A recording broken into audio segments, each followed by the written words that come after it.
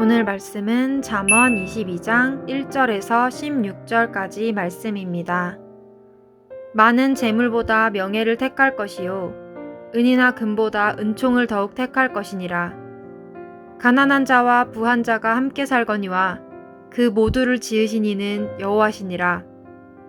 슬기로운 자는 재앙을 보면 숨어 피하여도 어리석은 자는 나가다가 해를 받느니라. 겸손과 여호와를 경외함의 보상은 재물과 영광과 생명이니라.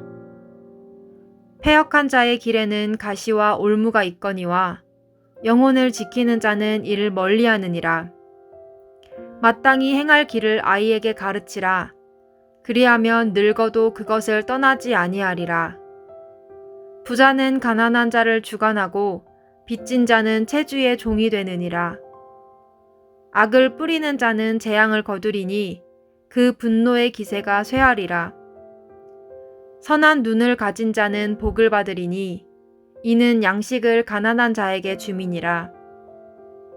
거만한 자를 쫓아내면 다툼이 쉬고 싸움과 수욕이 그치느니라. 마음의 정결을 사모하는 자의 입술에는 덕이 있으므로 임금이 그의 친구가 되느니라. 여호와의 눈은 지식 있는 사람을 지키시나 사악한 사람의 말은 패하게 하시느니라. 게으른 자는 말하기를 사자가 밖에 있은즉 내가 나가면 거리에서 찢기겠다 하느니라. 음녀의 입은 깊은 함정이라 여호와의 노를 당한 자는 거기 빠지리라. 아이의 마음에는 미련한 것이 얽혔으나 징계하는 채찍이 이를 멀리 쫓아내리라.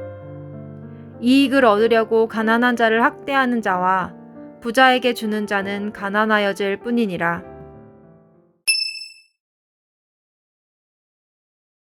오늘 함께 읽을 말씀은 잠언 21장 1절부터 16절까지의 말씀입니다. 오늘 말씀은 구조적으로 보면 잠언에서 솔로몬의 잠언이 이제 끝나는 단락이 오늘 22장 16절까지인데요. 제가 잠언을 그간 이렇게 묵상하면서 제 나름대로의 어떤 묵상 기준을 여러분들과 잠깐 먼저 나누고 이야기를 해보면 여러 가지 각각의 가르침들이 굉장히 많이 나오잖아요. 그래서 제가 묵상할 때 그 각각의 가르침들 속에서 어떤 상위의 신학적인 기초들을 찾으려고 애를 썼던 것 같습니다. 그렇게 하기 위해서 그동안 묵상을 하면서 각각의 가르침 모두에게 집중하기보다는 하나님에 대한 가르침에 집중하면서 거기에서 기초를 발견하고 그것으로 그날의 본문들을 좀 풀어보려고 애썼던 것 같아요. 오늘도 마찬가지로 그렇게 한번 해봤던 것 같습니다. 우리가 사는 세상은 어떤 세상인가 살펴보면 오늘 2절에 그렇게 나와 있죠. 부유한 사람과 가난한 사람이 함께 살아가는 세상입니다. 함께 섞여서 살아가고 있습니다.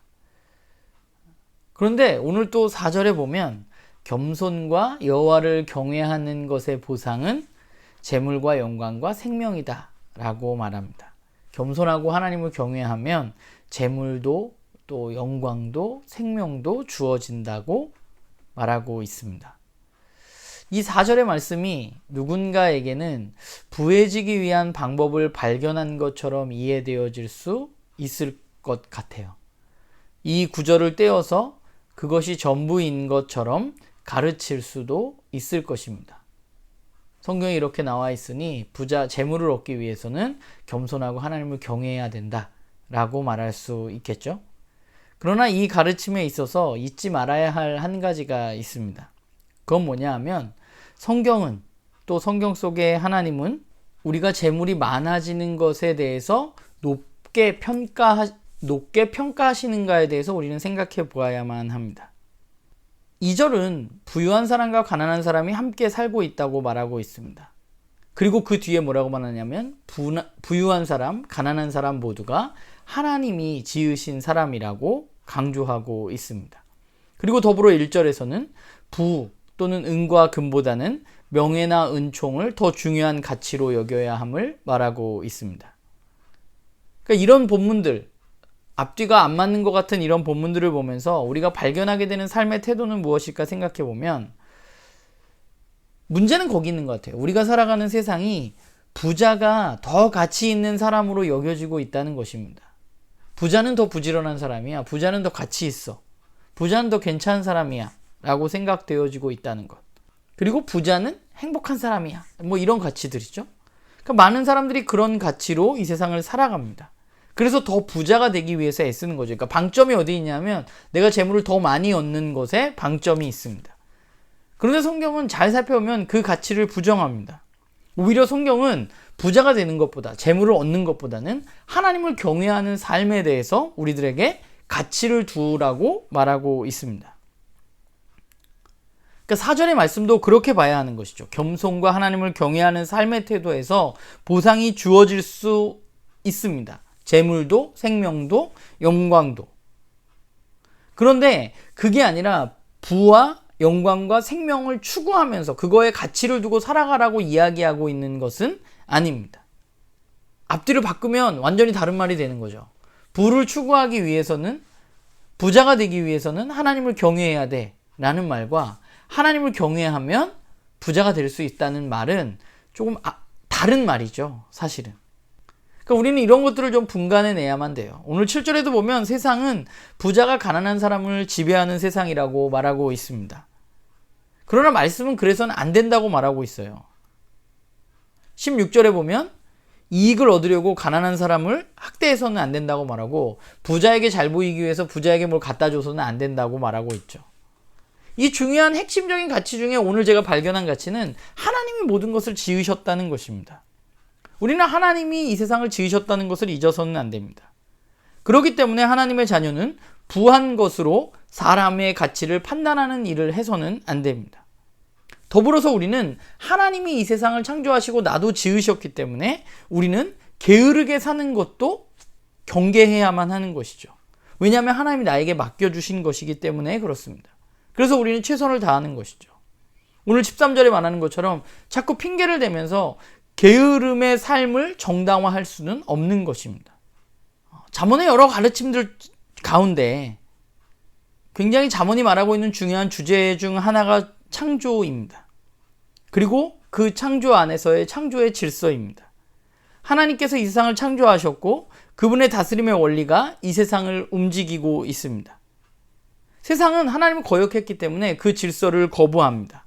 그리고 나름대로의 질서, 나름대로 선과 악을 판단하는 기준과 질서를 만들어서 이 세상이 움직이고 있습니다. 그러나 우리는 하나님의 자녀로서 세상의 기준에 함몰되어서는 안 되는 것이죠. 우리는 말씀을 통해서 창조의 하나님을 만나고 또 창조의 질서를 배워서 오늘 우리들의 삶에 적용하면서 살아가야만 하는 것입니다. 바라기는 저도 그렇고 여러분들도 그렇고 세상의 가치에 따라서 우리가 행동하는 사람이 아니었으면 좋겠어요. 돈으로 사람을 평가한다거나 어떤 명예와 자리로 사람을 평가하는 일을 우리는 하지 않았으면 좋겠습니다. 왜냐하면 하나님이 모두를 만드셨기 때문입니다. 그게 우리가 가지고 있는 진리죠. 더불어서 교회 공동체도 마찬가지입니다. 교회 공동체가 돈이나 어떤 세상의 명예로 사람을 판단하고 차별해서는 안 됩니다. 교회는 세상의 가치가 아니라 창조의 질서를 따라서 움직이는 공동체여야만 하고 하나님의 자녀는 마찬가지로 하나님의 창조의 질서에 따라서 살아가는 사람이어야만 하는 것이죠. 바라기는 저도 그렇고 우리 나눔교회 식구들 모두도 그렇고 오늘 하루 살아가면서 세상의 질서가 아니라 하나님의 질서로 살아가는 그런 우리 모두가 되기를 간절히 소망합니다.